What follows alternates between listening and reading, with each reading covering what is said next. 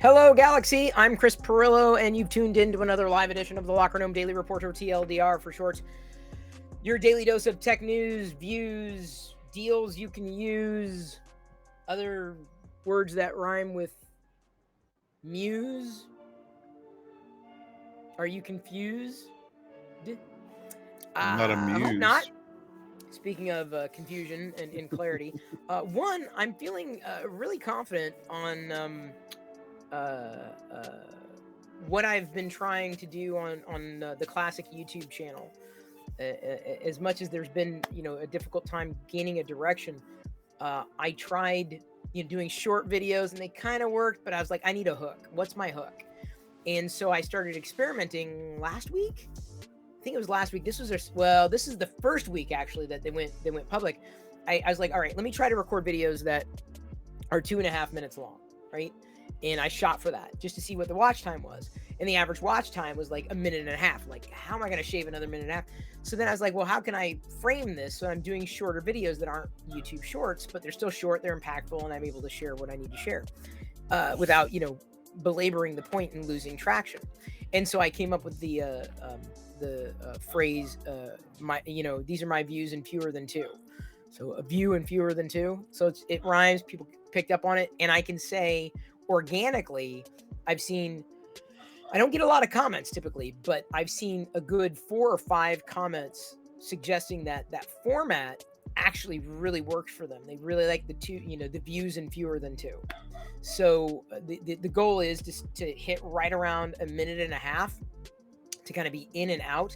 And honestly, I feel like as much as like I could talk about this for hours. I'm like, no, honestly, I get to about 1.5 minutes and I'm like, I think I've said everything. So mostly there are times that I go over that, but as long as I'm under 2 minutes, my feeling has been in delivering these tech videos that the people would stick around and watch. It increases engagement time, or increases watch time, increases engagement possibility, which gets those notifications out to more inboxes. So I feel like I can do something, my views and fewer than two. It's opinion oriented, technology topics in general. I mean, I may stretch beyond that at times, but that's the idea. The hook is my views and fewer than two. Hopefully that I feel I've got a good enough foundation. The biggest challenge I have now is traction. Like, enough, I got to make sure enough people see those videos in order for the more of the subscriber base to catch on. And again, to publish something every weekday, for a couple minutes, I'm going to be talking about one thing or another and doing my best to do it, of course, my style, live to tape, very upbeat, very, and I've been feeling good about that. Another thing I'm feeling good about in relation to technology, after going around and around and probably wasting too much money, or no, definitely wasting too much money on registering domain names that are never going to see the light of day, I basically settled on a brand for my idea around being at the crossroads of creator technology. Well, creators, creative, and all that, and technology, or specifically disruptive tech, or emerging technologies. And so creatortech.net has now been born. I've settled on it. It's going to be creatortech.net. The website probably won't be much, although it'd be really cool to find a way to have like a database or an index of creator-oriented tools, like AI tools that creators can use and search for. And then it'd be really, really cool to basically, align with a developer and develop cool creator tools that they can come to creatortools.net to get. But the crux of that is effectively to host conversations around the cross between creatives and technologists, right? The emerging technologies. So hosting those critical conversations, I feel, is the crux of creatortech.net. And so it's not, it's not going to be at least at this point, like a traditional website for content. The original premise is basically going to be an event.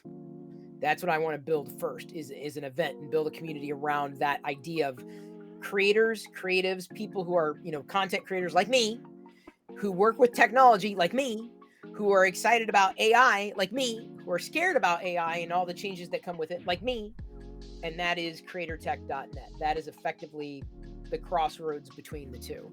So I hope to get together some kind of splash page. There's nothing there right now apart from just a stock whatever, but to get together a splash page to at least say, hey, this is what it is. This is what I'm thinking it might be. If you want to, be notified when we do something, here's a form. I haven't gone that far because basically today I settled on that. I'd seen it the other day and I just I sidelined it, but I kind of kept coming back to the idea. I'm like, well, if I shorten a word, then I have to explain it. If I use the words, then that is what it is. So creatortech.net, ostensibly the idea behind it is to be there for creators, but technology is also there, but it's that crossroads between the two that I think is critical. So I feel it's going to help me accomplish my goals with creating an event. I feel it's going to give me a great foundation to go in terms of my career path, and give me something to focus on as a larger project. So I'm excited to have that brand now. CreatorTechNet is on Twitter. It's not creatortech.com. It's creatortech.net. But CreatorTechNet, because you can't do a dot on Twitter, and plus CreatorTech was taken, so CreatorTechNet will probably be our various social handles. But CreatorTech.net is the official website. You can just don't worry about following or subscribing or anything. Well, you can follow on Twitter if you're inclined. But yeah, that was the next thing that I settled on. I don't expect iPhone reviews. It's not that kind of thing. That's not the technology that necessarily interests me. I need to be there for my peers, my content creators. I need to build upon all of my strengths and my successes at this point to be able to have something that's something that I'm very, very proud of. Just like I've been very proud of what we've been able to do with MakerDeck. And that's fine. It's great. But MakerDeck is more of kind of there's a chance for it to grow and flourish, but not in the same way as what my entire career has been building towards. So creatortech.net, expect to hear more about that in the future, especially as an event comes together. I'll be talking about that every day, teasing that date to the 20 people who watch. And there is the podcast. This is the TLDR podcast, but not a lot of people necessarily are listening. But the hope is, with the plan, to actually build a creatortech.net brand and do virtual events. And that becomes basically the focus and foundation for that to be a pursuit as that kind of builds and grows. And I feel like I'm connecting with the right people to help make that happen. So I'm happy enough that it came together. I don't know what you're talking about, other files. You seem to be in a world of your own right now. Let's go ahead and pull up some articles, dive into that. Glendon has joined me. Hello, everyone. I know we usually hear from him when we get hit the tech deals, but I'm going to drive. This was a big deal, and this has happened to a few YouTubers, and I have a feeling they're getting hit by the same things, and I don't think anything's going to change because, I need to remove something because we have a full house. Let me put that here, put that in the middle. We're using StreamYard. StreamYard is our sponsor. Linus Tech Tips got hacked, and it likely came down to cookies, session tokens, and one of their employees basically opened an attachment and opened a PDF, and then that PDF scanned the drive, pulled the information, and Bob's Your Uncle YouTube channel was toppled. This has likely happened to other YouTubers. This is probably the way it's happened to other YouTubers. It's the most explainable way that it's happened to so many YouTubers. So I don't feel any degree of confidence that it couldn't happen to me or anybody that I would know, but I have a great degree of confidence that I can mitigate it from happening insofar as I'm very careful about what attachments I open. I'm very careful about I don't use Windows for that kind of thing. I'm primarily I have safeguards put in place. I use a Mac, but I have safeguards put in place to keep something like that from likely happening to me. And you never know, You never know. But it happened. And so I know a lot of people are saying, oh, well, maybe this is going to get YouTube to fix it once for all. I'm like, well, they can't fix user behavior. Like they can't change how cookies work. They can't change, people opening attachments. All you can do is just educate and say, don't do that. Or you can say, don't use Windows to check your email. It's another great way of doing it. But malware could exist on Linux machines and Macs as well. So, being conscious about your behaviors is the best that anybody could hope for. And so it's never, I can't imagine. It would be I've gone through similar experiences. It's very harrowing. But it's something that I feel is addressable through more user education, of course, stronger protocols and processes, and just know that when someone sends you an attachment, even if it seems legit and everything sounds legit, et cetera, you may want to take alternative paths, right? Instead of opening attachments, say just send it in a Google Doc. Can you upload this to a Google Doc? Can you upload this to a non this service, that service, whatever the service happens to be?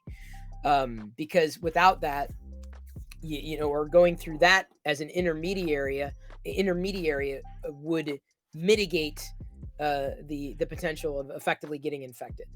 And so that's that I feel is the most reasonable step forward. I'm fairly sure everything is going to be restored. Linus is not exactly a small YouTuber. This has happened to so many YouTubers, but this is the one that's got everybody's attention. It's not surprising that it has happened. He's got a lot of employees. Mystery Goat notes the vast majority of cyber hacks come from human error and social engineering. I believe it. Mystery Goat, I absolutely believe it. Absolutely believe it. Although, how social engineering, I do believe, is probably the most nefarious, or virtually unmitigatable circumstance, because you can't control what somebody else does. You can't control, it's like all this data that's out there about you. You can't control what data is out there about you. You can't even come close. So that's the thing, and social engineers will use that information against you, and they will. Especially if you're a high value target like Linus. That's why I'm happy I'm not a high value target. Nobody values me anymore. I'm being self-deprecating. Because clearly the people who are watching do. So, Glendon, I know you probably have thoughts on the matter, but I'm not sure how much more there is to say that I haven't already said. No, you've covered it all. So, there's, like I said, it's pretty. You're never going to stop the social engineering. It's not going to stop. So it's just try to be cautious and educated. That's all that you can do.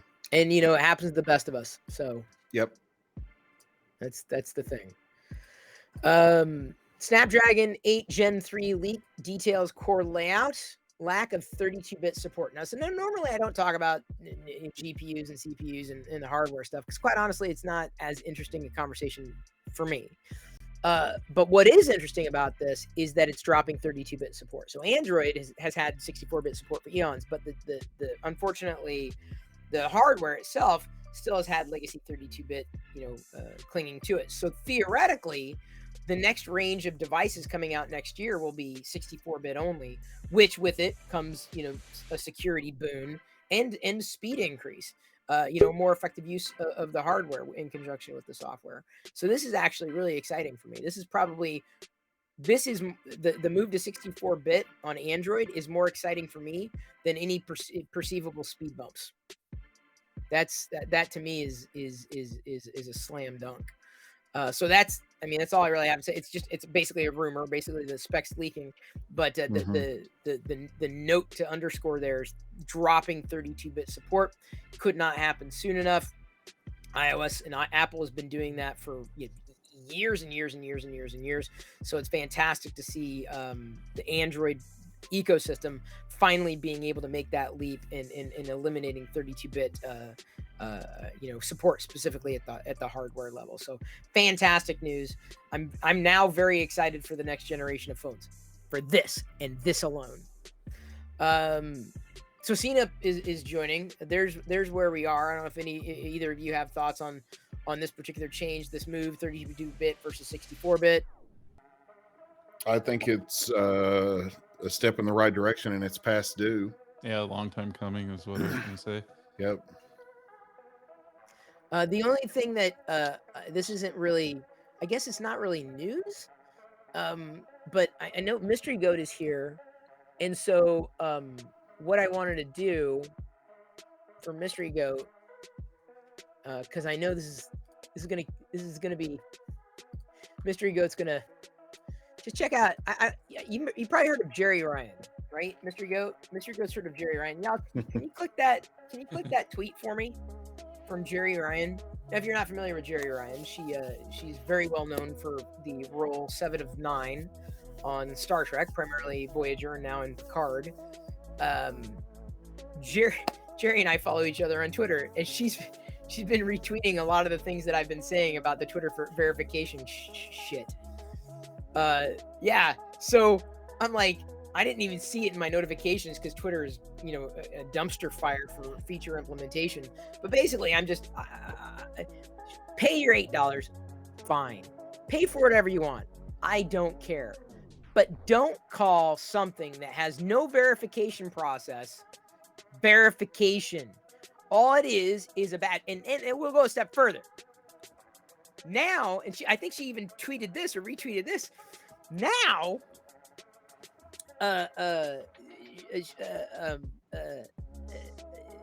there's apparently going to be an option for you to pay for Twitter Blue, but hide the badge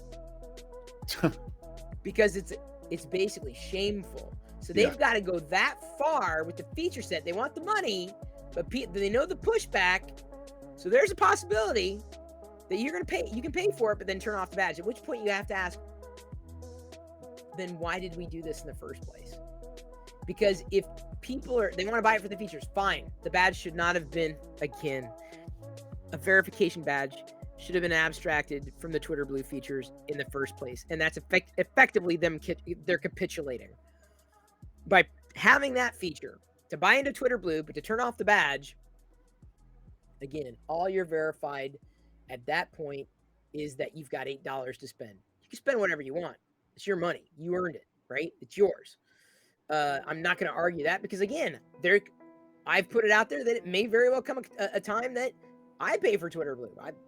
I have no problem going on record saying that. But I'll say this. Because of all the pushback with this damn verified badge, I don't think I'd flash a verified badge on Twitter anytime soon. So all the verified badges are going away on April 1st. They're going to disappear so that my legitimate verified badge will be going away, and I have no immediate need to replace it. Not until I know there's a few or at least one killer feature in Twitter Blue that I feel like I can't live without with my Twitter experience. And even then, it's going to be very tough to start paying for Twitter when it's not returning any value, honestly. Or continue to pay into it, the more it kind of goes that direction. Now, if they say, well, your tweets get more this, that, or the other thing, I'm like, okay, well, analytically, and if they can back it up with data, I may not have a choice but to pay into it. But I don't want to brandish that quote unquote verified badge. Just call it a blue badge. Don't call it verified. Stop calling it verified. Knock it off. It's asinine. So anyway, Jerry retweeted me. And she has been engaging, which is fantastic to see. I thought Mystery Goat get a kick out of that. Can't get you an autograph. I'm not gonna. I'm not saying we have a relationship, but we've gotten to a point where it's like if I ever asked, it would be really freaking weird. So like, it would be really weird. Like we follow each other on Twitter. Can I have your autograph? Like it's just right. Honestly, to me, it's worth more that she follows me on Twitter and feel strongly enough about something that I've done to accelerate it. That means the world to me. I know you're just joking, Mystery Goat. But I think it's funny. It's legit, it's a legit connection. I mean, we've never, I don't think we've ever, had any discussions outside of that, but anyway, see, I don't know. We've beaten this dead horse, Twitter verification, whatever, but it's happening on on April 1st. I don't know if you have thoughts about this, that, or the other thing in relation to that, CNOOP or Glendon, that hasn't already been said. Not really. No. Yeah. Just kind of rehashing again. Yeah, I basically brought it up because April 1st is the new date, and the fact that Jerry, I thought Mystery Goat would get a kick out of that. I got a kick out of it. I didn't. But the thing is, I didn't even get notified. I got no notifications that it happened. None whatsoever. How ironic is that?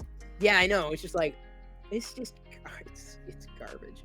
All right, now, this is the thing that Glendon wanted to bring up today that CNOOP brought up like right after TLDR, but he didn't bring it up yesterday because he thought that we would have already covered it. So what's going on with this? Glendon, or do you want me to go right ahead, CNOOP? Well, apparently, and again, I haven't had a lot of time to read up on it, but there are specific NVIDIA cards, I believe MSI, but it could be others, when it's the 3080 model, I believe. 3080 Ti. Yeah, the 3080 Ti, that's correct. So when users have been playing the beta version of Diablo 4, there's a specific cutscene in there, and obviously there's something processing behind the scenes while the cutscene is running, because the cutscene wouldn't do it, but it's actually frying the card.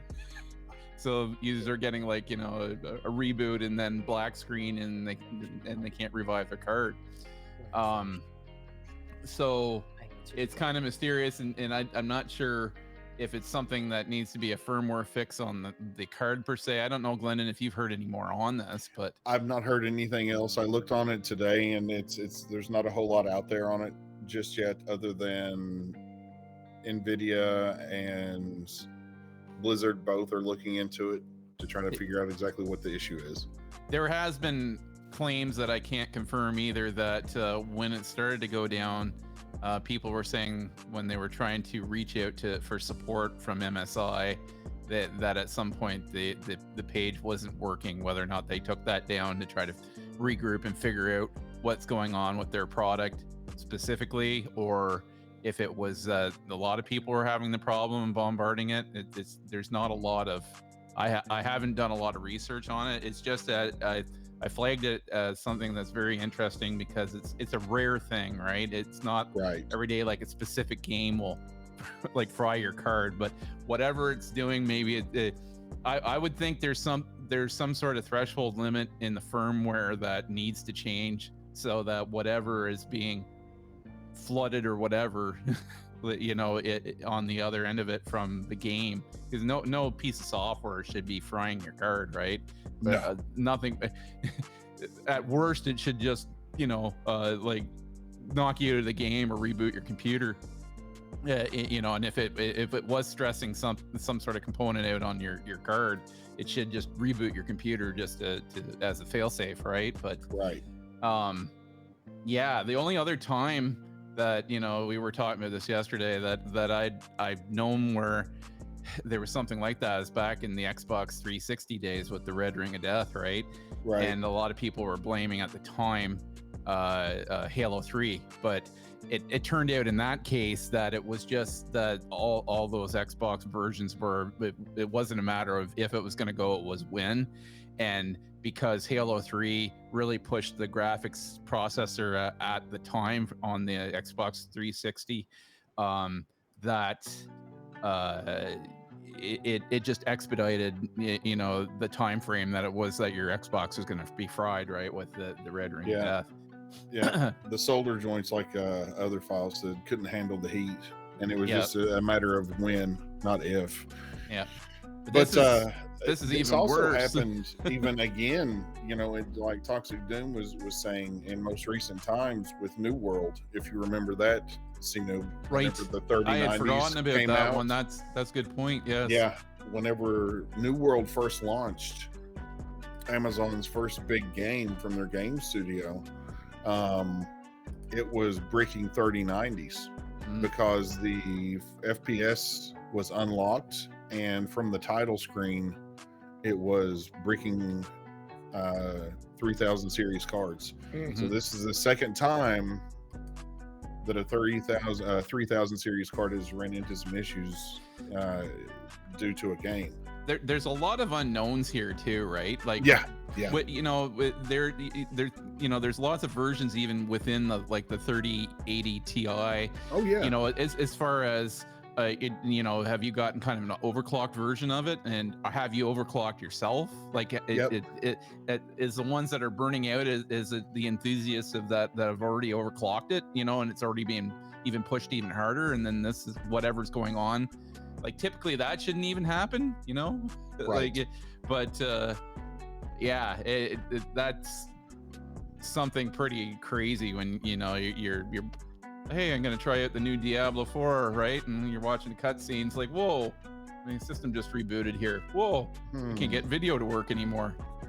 And what's going on now? Once you start troubleshooting, scratching your head, you realize your video card is just not coming back.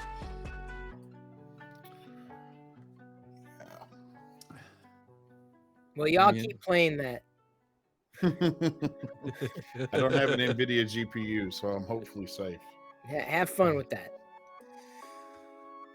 So yeah, I haven't gotten any more on it because I haven't looked into it deeper. But I'm sure there'll be more news on that as we go. Yeah, sure. And we'll follow it and try and talk about it some more when we find out what the underlying thing is. It's more of right now trying to. There's just too many unknowns. Yeah, there's a lot of variables and factors that aren't known at this point to definitively say what it is. Yep. But there's just been a rise in reports, and it so happens that it's this game, and it doesn't necessarily mean it's the game per se either, right? They just might be driving it hard, and True. it could turn out to be the Xbox thing again, right? Like, it wasn't necessarily the game, it was just like these cards were ready to go, but whatever's happening at that specific time was driving enough, and it's just expediting that these cards are going to self-destruct, right? We don't know. It could be like that too, right? Makes sense. It's a day that ends in Y, so AI. Right. Of course. Microsoft researchers are claiming that GPT-4 is showing quote-unquote sparks of AGI. So basically, this is the idea that it is like human level AI. Basically the on the path for thinking for itself, right?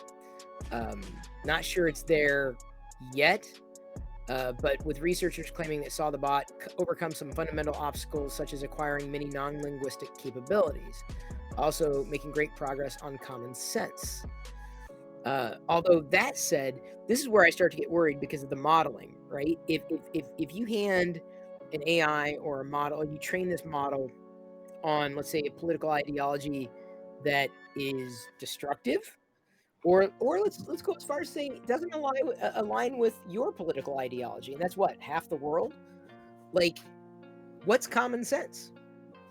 Common sense to me isn't necessarily common sense to somebody else, especially in relation to political ideology. And so when we start talking about AGI, I feel like we need to think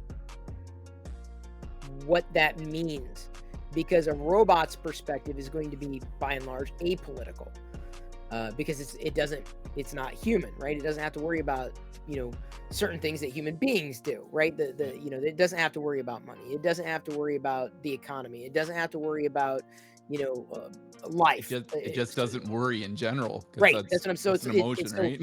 When we feed it, we look and we project ourselves onto it, I feel we have to be very, very careful about how that happens. But yeah, this is something that Open AI has been trying to stay ahead of. But AGI, I think is inevitable, even though there are some who do believe that AGI is a pipe dream. But others yet believe developing AGI will usher in the next era of humanity's future. And I tend to be, on this front, I tend to be on the latter. As conservative as I can be when it comes to some of these technologies, I have not seen as much excitement around software updates and productivity boosts and the like, creativity. That changed the moment I got first access to Crayon, is what it was called, which was Stable Diffusion in the browser, Crayon, because DALL-E was closed, right? Not everybody had access to DALL-E. And then when I tried Midjourney and then Stable Diffusion and then ChatGPT, it just reached a fever pitch. And it got me thinking, like, where are we today? What is it? Here's how you know it's a rapid acceleration. What's changing today? And I've talked to people who say, yeah, our developers are already using it for this. Our people are already using it for that. I'm like, if they're already using it, it's not a matter of if, but when. And my hope is, as we hit stumbling blocks, we'll be able to move past them. But this is interesting to see from Microsoft's team showing sparks of AGI, artificial general intelligence. By the way, AGI, effectively human or beyond human intelligence, at what we determine or what we consider intelligence. Which, again, philosophically speaking, then you have to start thinking, what is life? And then we get into remember the whole debate. Wasn't really a discussion, but laying out animals. Like, well, if you're going to say the computer is intelligent because it's doing this, and this, do animals not have similar behaviors? Like, just because they can't communicate or vocalize the same way that we can, does that make them any less intelligent? At which point you have to ask, is it right to kill an animal? If it's not right to kill a human, is it right to kill an animal? Or is it right to destroy a program? At what point does it become sentient? Is it right to always have effective dominion over that digital species, right? So this is where we really get into the weeds, philosophically speaking, and I'm fascinated by these conversations. I don't have any answers, but anyway, I thought this was pretty cool. Y'all may have thoughts or yeah, I'm refraining from really because I could easily get sucked into talking about this for quite a few hours, but that's okay. The only thing I only have like one other. If you had any like top thoughts, I only had like one other article that Dragon Samurai found that I would have missed otherwise. Okay, I'll bring that up. Yep. Don't really have much to say about it, but consumers aren't connecting their smart appliances to the internet. Good. What? Yeah.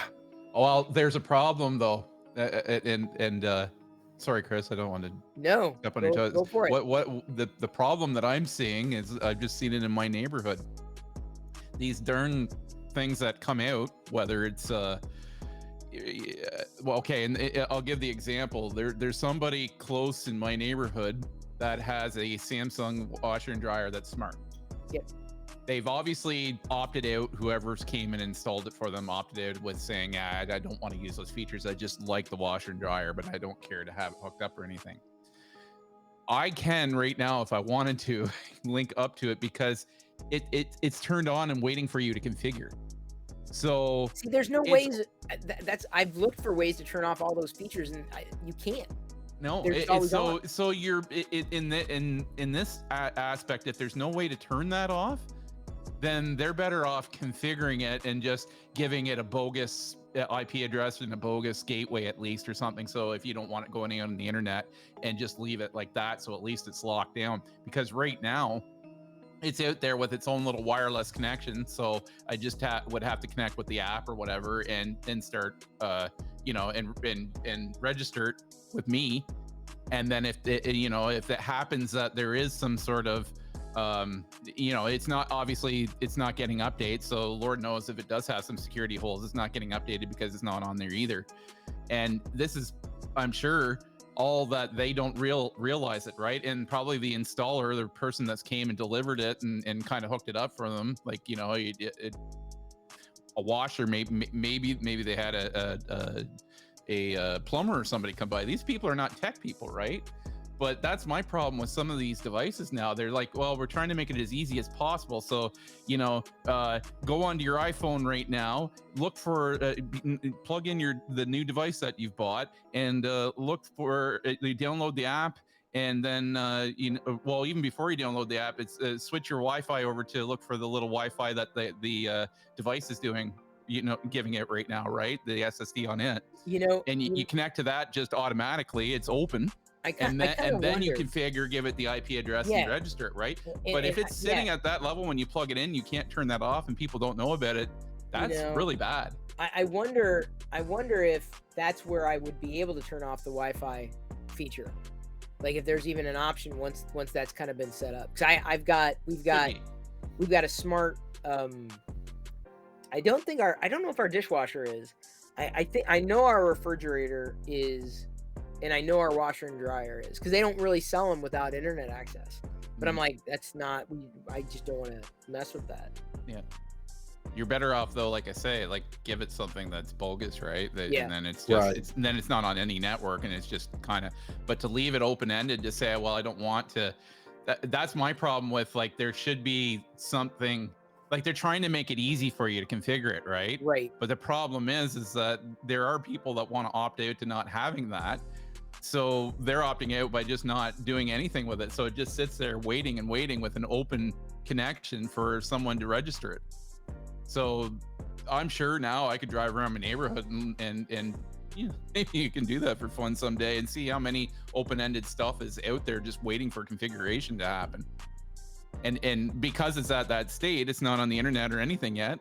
So it's just looking for your cell phone or laptop or whatever to connect to it to get it configured, right? But if it's not on the internet, it's not configured and set up, it's not getting updates. So if it was shipped with some sort of security hole, or a security hole happens, that's real bad, right? Because that's a bad deal. Yeah. It has to. I mean, you would think. I'm not going to say it has to, but you would imagine that there has to be a way baked into these to where you can turn that off. That's what I'm saying. And I never. I don't like that they're being shipped with that stuff turned on. Right. Agreed. It shouldn't be on by default. Yeah. I know it's a little bit more than that. Like it would take a lot. Like it's an open door kind of sitting and waiting. Don't get me wrong, it's a little harder to do than that, because when if someone takes over that device, they still have to figure it a way to be able to get onto your network and configure that device to be somehow hooked to your network, right? Well, but they can, if they can do something with the device. I mean, here's the thing: someone who's interested enough, who can do it, who's close enough, who's interested enough, and the single's strong enough. Like, the way I look at it is, like, unless you're a bored teenager, like who has you're just doing it for the lulz, the chances of something happening, I don't know. I'm not saying security through obscurity, but I am a little curious to know, though. Now that you, I just think it's bad practice that these companies are allowed to kind of set it up like that, just to make it easy for people, and then just assuming everybody's gonna set it up anyway. Well, that's the thing, is apparently that's not the case. Well, according to LG, less than half of the smart appliances that sold today stay connected. So that's less than half, according to them, because they collect data, right? Which, these manufacturers want us to turn on these devices, but then they tell us right away, we collect data. I'm like, well, then why would I turn it on? That seems to be benefiting you. Like, I paid to benefit you. I'm not quite sure that that's the selling point, right? And it's not even for some, I guess it's a matter of convenience, but that's not something that I've gone as far as to do for our devices, but I should probably look into that. Just to see if I can turn it off. Yeah.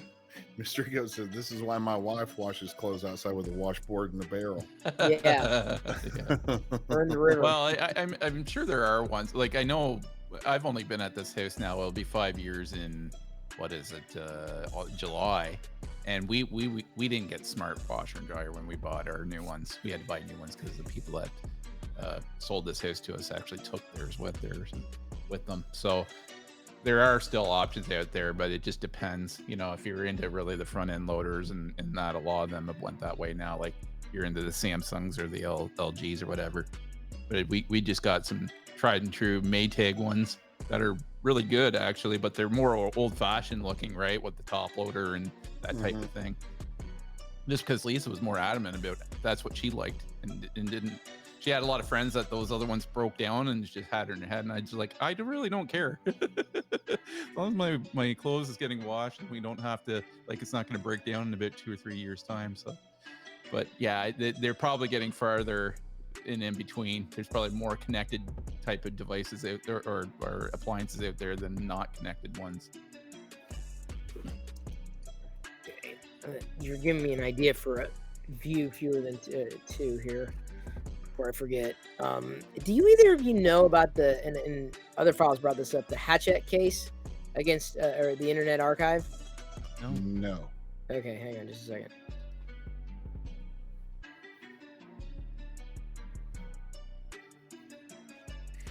Apparently, the judge has decided against the Internet Archive in the case. 4 publishers, basically, it was a copyright case against the Internet Archive. Quote, "There's nothing transformative about Internet Archive's copying and unauthorized lending of the works in the suit." So, yeah, I guess the Internet Archive is basically getting slapped for doing what they're doing. Let me see here if I can find a better way of explaining this. Actually, if I had a Bing chat working, I'd ask it to summarize. Because I can't. I mean, I'm not sure I have the full idea. But just going to, let's pop over to the content Verge. Would it have been? Oh man, I need to use the mouse. Unless it doesn't want me to use it. There we go. I'm smarter than the computer.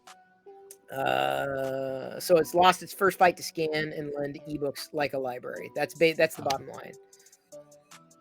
So it can't do that. Publishers did not like that. Yeah, so that was a big blow to them. But here's the thing, according to someone at the Internet Archive, this decision impacts libraries across the U.S. who rely on controlled digital lending to connect their patrons with books online. It hurts authors by saying that unfair licensing models are the only way their books can be read online, and it holds back access to information in the digital age, harming readers everywhere. And of course, you know, the players are as expected, HarperCollins, John Wiley & Sons, Penguin Random House. They joined Hatchet. So, yeah, everyone, basically, the entire industry went after Internet Archive for scanning and distributing ebooks. Yeah. So that was a setback for them. Of course, publishers, I'm sure, are thrilled with this news, because that's how they make their money, right? Publishers wouldn't exist. Some would argue that publishers don't even need to exist. I don't know if I'd go that far, but yeah, for sure. So yeah, that was Either news way, that's not the end of that. I don't think so. No, I don't No. think that'll be the case. Eventually, we will keep coming back to these topics, especially as the world, you know, continues to move forward with the digitization and advancement of distribution of content. The old mechanisms, I don't think, are going to work, or certainly I don't think they will continue to work as well as they were. Things will be disrupted, and they'll continue to be disrupted. I don't. Yeah, it's just the beginning. Yeah, seen it for a while, but it's just speeding up now. That's the thing. The world's getting faster. It's faster and faster and faster and faster with disruption. Yeah, we've been talking about at work about digital disruption. Probably, it was really being talked at our town hall meetings and stuff as a company as a whole for the last 10 years. And, you know, we'd bring up the odd time here. Oh, now look at what Uber's done to, you know, taxis. They put the taxi services right on their head with it. And, you know, all these, you know, another digital disruption here and there. And, you know, and then we'd get into the conversations about like, how does our company evolve and navigate through these type of things, right? Because digital disruption can affect how we would sell our products, or how we should be selling our products in the future, and who can somebody, you know, another player can step in and you just don't foresee it, right? But it's been talked about for a while, but just in the last little while, you hear it over and over again in multiple things in a day, right? So it's like, wow, this is really speeding up now. We've been seeing it coming for a while, but it just seems to be getting a lot more traction. And it'll continue to do that. Hugo notes, basically what the Internet Archive was doing was they were buying books, scanning them, and then loaning them out, right? They currently host about 70,000 borrows a day. But they also noted the case does not challenge many of the services we provide with digitized books, including interlibrary loan, citation linking, access for the print disabled, text and data mining, purchasing ebooks, and ongoing donation and preservation of books. So their cause is noble. It's to get these books to people that and preserve these books in ways that they just wouldn't be preserved, otherwise. Yeah. There's a way that, like, I know, and I know Lisa doesn't use it because she's very much old school, wants a book in her hand, right? An actual physical book. But I know she's looked at, and I looked at too, with their local library. There is a service there where you can, borrow books that are digital. Yep. But what they do though is the library pays X amount of licenses for, and they have some sort of digital way of, like, when you take it out, that license kind of goes with the person that borrowed the book, like you're taking the book from the library, and so they pay. So maybe they have, like, the new one of the Star Wars High Republic books. Maybe they've bought 10 licenses so they can have 10 books lent out at a time. Right. But then you check them in and check them out, digitally when you're done with them, and then that frees it up for someone else to take. So it's basically digitally doing it what you would be doing if you were going to the library and getting the physical book. I don't think that is being attacked, because that's still giving money to the publishers using that type of system, right?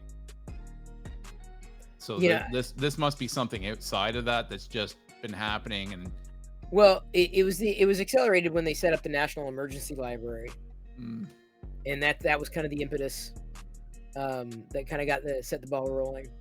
So yeah, it was, but they shut down the program not too long after. I feel it's admirable, but, like, when you start messing with copyright, yeah, man, that's good luck. Good luck. Fair use did not apply. Not in this instance. That's all the news I had to cover. Glendon, have you got your deals in the queue? I do. Yep. Cool. Pop that down, pop that off. You grabbed a few. You've got a few. Yep, I got 4 ready to pop off here.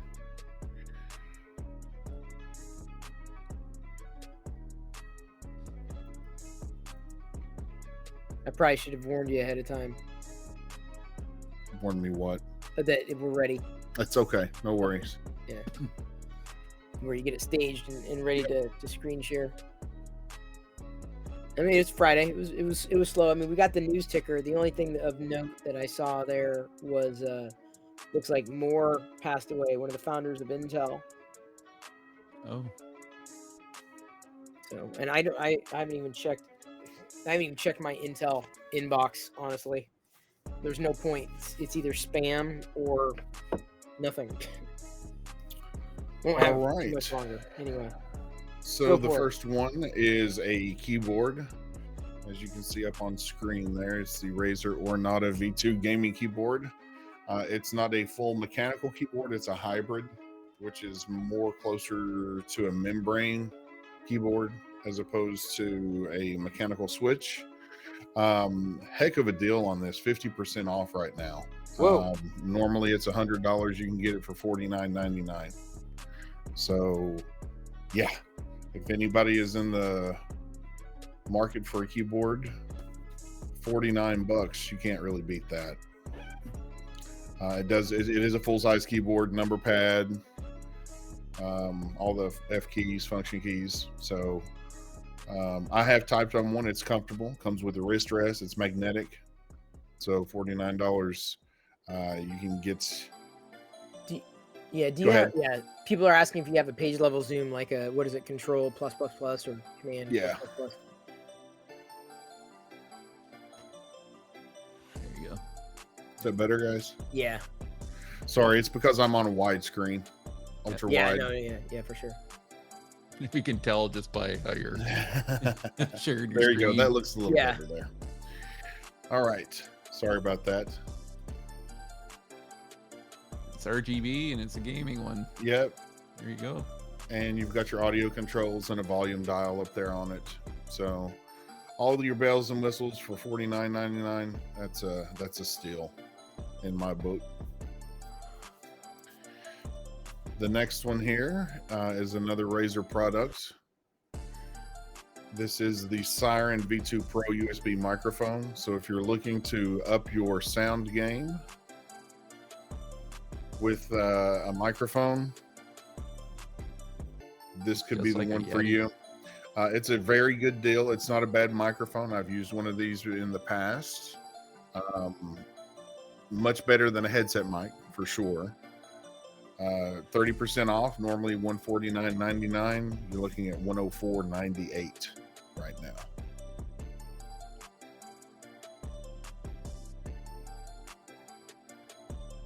Have you used this one?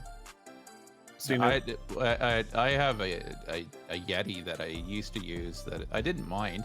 It looks a lot like this one. Yeah, it's I haven't pretty close. but to I it. haven't used a Razer product. No, once I went with my expensive Shure SMB SM7B, it's just I haven't looked back. I have a pod mic too from Rode that I was using for a while, which was just as good as well.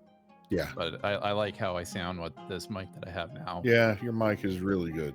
Yeah.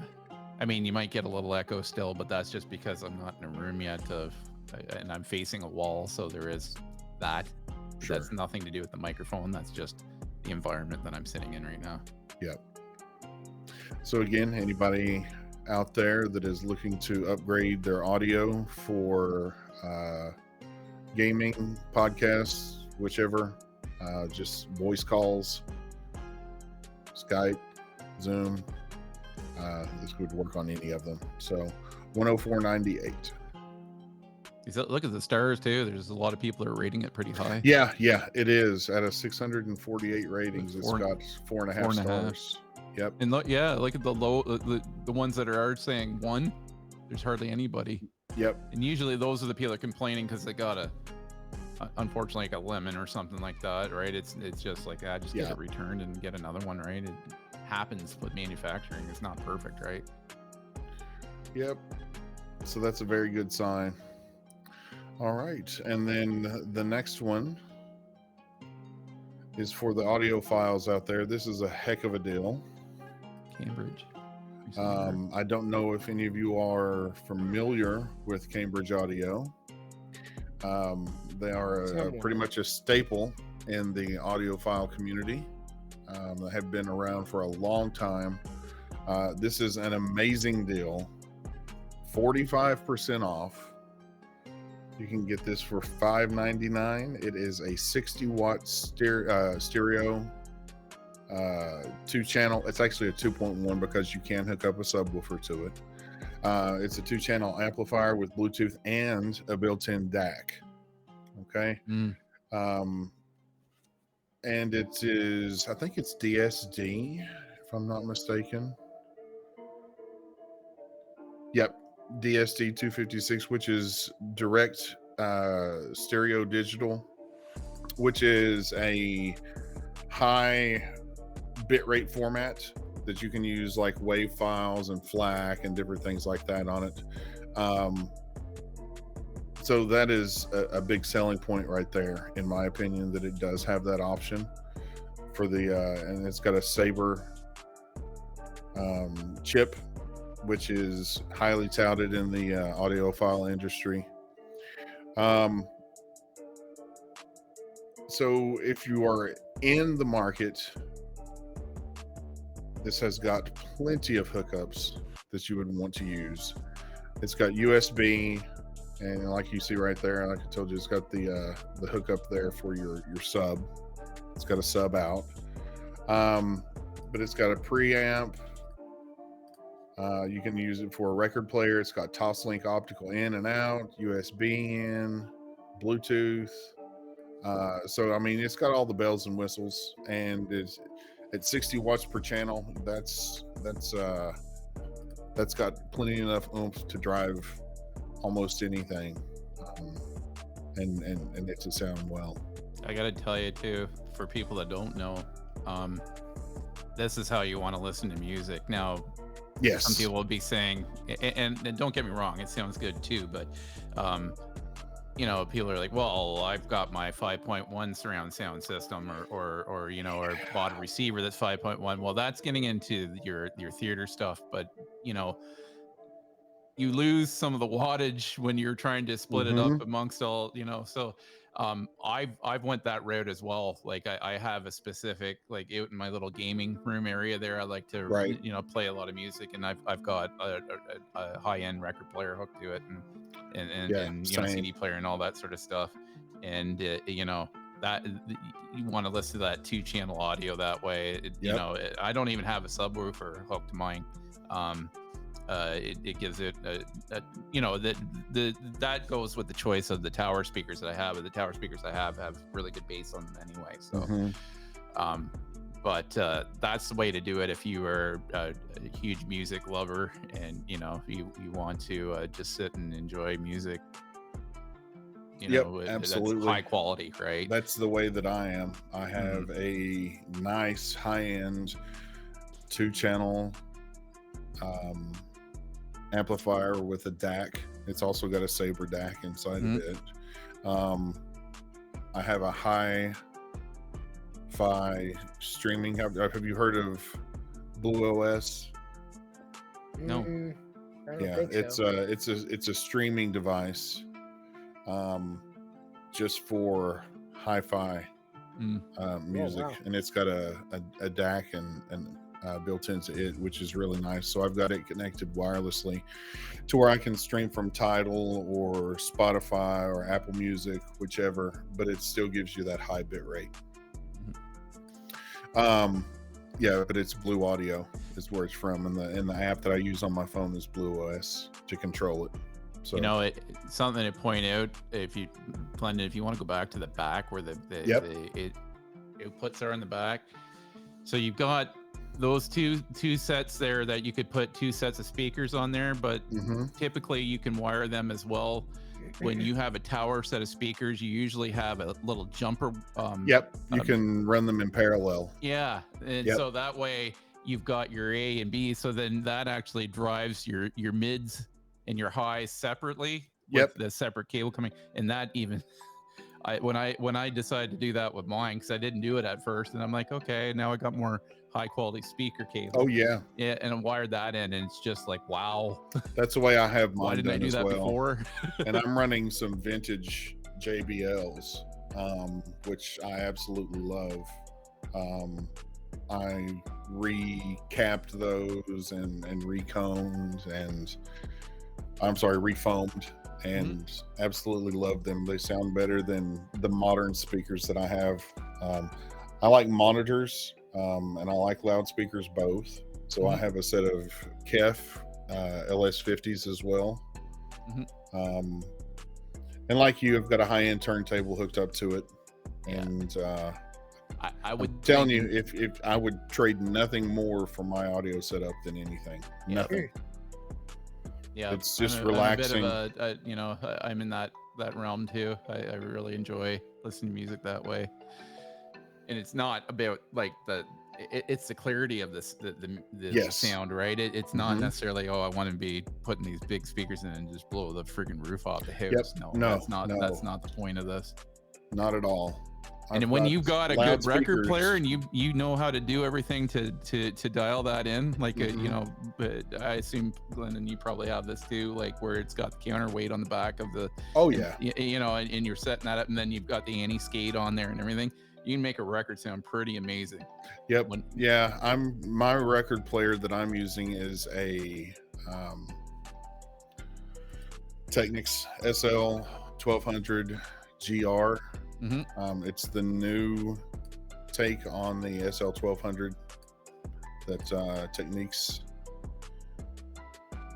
has, so it wasn't cheap, to say the least, but I went the Yamaha route with all my stuff. Nice.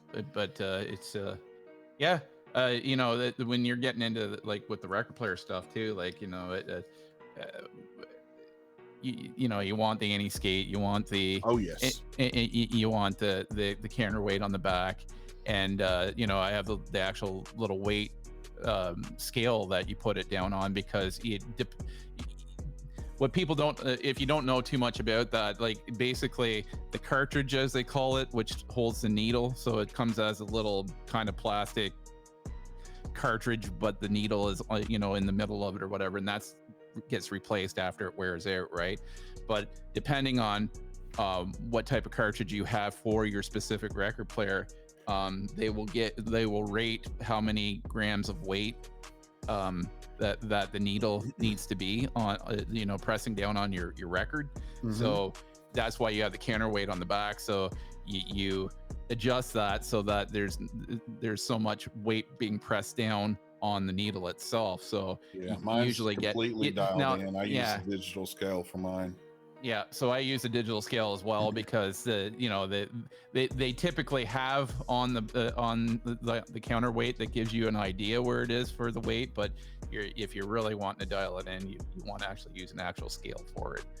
And the anti-skate feature is typically when you put a needle down on a record and a record spins, it wants to pull to the center. Yeah, you can't beat physics on its own. So that's what that weight's for, is to keep it in the middle of the groove. Yeah, so the anti-skate, you can adjust that too with the tilt a bit, so that it, you know, it's basically not pulling, it's trying to pull itself towards the middle of the record because of its spinning. Same thing with the vertical height adjustment. Yep.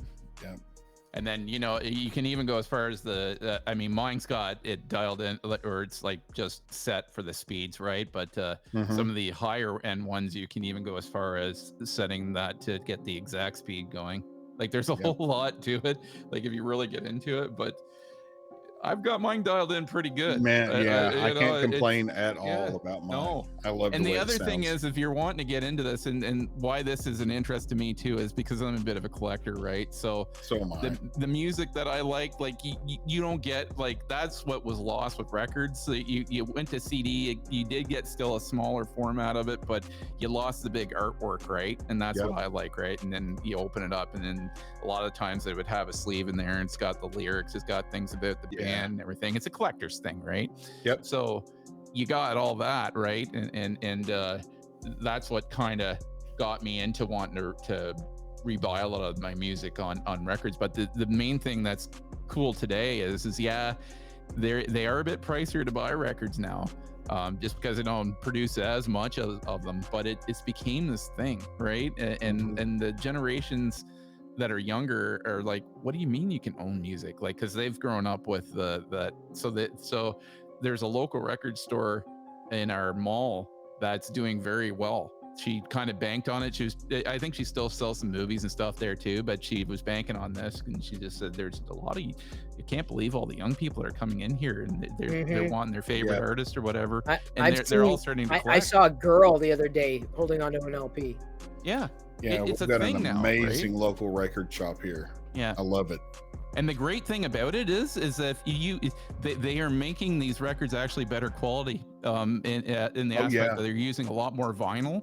Yep, so 120 gram vinyl. Anytime that it's out there as an option, that's what I choose. Yeah, because you know, like in the 80s, they were getting very flimsy. Very flimsy. And when you get that flimsy, then you're prone to warping, right? So.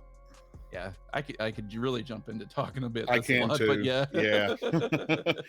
I don't know, and it's a nostalgia thing for me, you know, like way back in the day when I was younger, and that I was, you know, records was a big thing around my house. Yep, same thing at mine, and that's why I got my dad all interested in it again, and he went back and bought every one of his albums that it took him about maybe 2.5 years, and he went out and bought every one of his albums, pretty much all the ones he ever wanted to replace again. That's great. Yeah, that's cool. So I said, how many you got now? He said, I bet 150 of them now. I'm like, wow.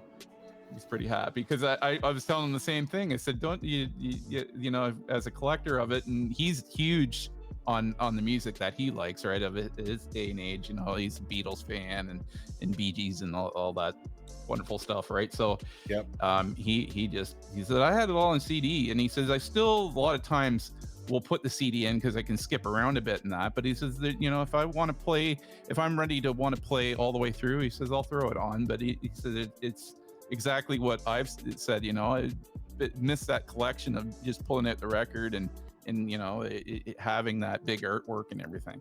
Lisa she's big on it now too. Like we both kind of got back into it together, and I got her for Christmas there a little. It's like a little shelf thing that sits above her record player. So when she's playing it, she just puts the album up on there, and it kind of displays on the wall really nice. I don't know. It's just kind of a thing. But anyway. I tell you, if you're into that stuff or want to get into that, these are the ones that I have. I'm just going to show this real quick, and then I'll go to the last one. Yeah. Since we're actually, let me just go ahead and do it since we're still doing TLDR, and then we can talk about this afterwards. Sure. All right. So the last deal is the Samsung Odyssey G70B. It's a 4K Ultra HD monitor, IPS, so you get better contrast, better viewing angles than a TN or a VA panel. It is 144 hertz refresh rate, 1 millisecond response time, HDR 400, G-Sync, and FreeSync Premium Pro compatible. So it knocks off all the bells and whistles for a monitor, especially if you're looking at 4K and you're into gaming and want high refresh rates and response times. This is on sale right now, 25% off. Normally $799.99. Right now, $599.99. Does it do HDR too? It didn't mention. Yep, HDR 400, which is on the lower end, but it's still HDR certified. Is pretty good. Yeah, HDR 400 is still better than just SDR, in my opinion. Yeah, or no HDR at all, right? Yep, for sure. Oh, that's a wicked price for that. Yeah, 144 this hertz year's model too. Yeah, 144 Yeah. hertz, 1 millisecond response time. HDR. That's a wicked gaming monitor for that price. Yes, it is. Yeah. I don't know, guys. Whoever's looking for a gaming monitor, I would say that you might want to grab that. If only I was in the market. Yeah. I know, have one right? but I've had it for years, and I paid probably, well, these are American dollars here too, but I paid, I don't even want to tell you what I paid for it. Oh, let's just say it was I probably feel 3 ya. times the amount of that price, but Mhm. it was new back then, but it has the same specs as this. It's like, wow. Yep. So if anybody is looking for a monitor upgrade or just a new monitor or don't have one in general, this is going to be hard pressed to beat this price, $599.99 for all the specs that you get with this. And as always, if you buy something on Amazon, if you go through one of our links, it would be appreciated. Very much so. And that's all of the deals for today. No, thank you. And of course, yeah, y'all go back to the vinyl conversation. I will. Because y'all are into it, and I've got, apparently Jedi has written a test for me, so I've got to take a test. Oh, good for you. Yeah, I know. That's the thing I love doing on Friday nights, is taking tests. These are the speakers that I listen to primarily right here, the JBL L112s. They're a vintage set. When would they have been released? Hang on, come back to that. I'm gonna wrap Yep. up, and then keep that going there. You can bring back up the screen share in a sec. Yep. I do want to wrap up. Let everybody know tomorrow night we are raising money for Malik, who was a victim of an attack after he tried to rescue people, some young women, if I'm not mistaken. I believe he's actually going to be joining us during the stream right around 2 p.m. tomorrow. That's when I hope to begin and do a subservient Chris, taking donations to basically raise awareness and funds for his plight. So I'll be doing an everyone tag on Discord, and probably also doing something in conjunction with MakerDeck, or on telling the MakerDeck folk as well that this is happening, this charity is happening, or this drive is happening effectively. So thanks again for tuning in. Thank you for being here. Thank you for listening. Thank you for sharing what you share on Discord, and thank you for participating in the live stream. Sorry that my is that frozen? My yeah, that was frozen. Sorry about that. I didn't think it would be frozen, but my the screensaver that I used there run in the background of behind the headlines that scroll on the live feed, it was frozen for a bit. I love you. I appreciate you, but at this point, I'm going to leave you to your own devices, and may the force be with you always. If you made it this far into the video, I apologize for the audio synchronization issues again, but thanks again, and we'll see you over, where we're typically talking tech, geeking out 24 hours a day, 7 days a week at live.pirillo.com. You know what's coming. We'll see you later.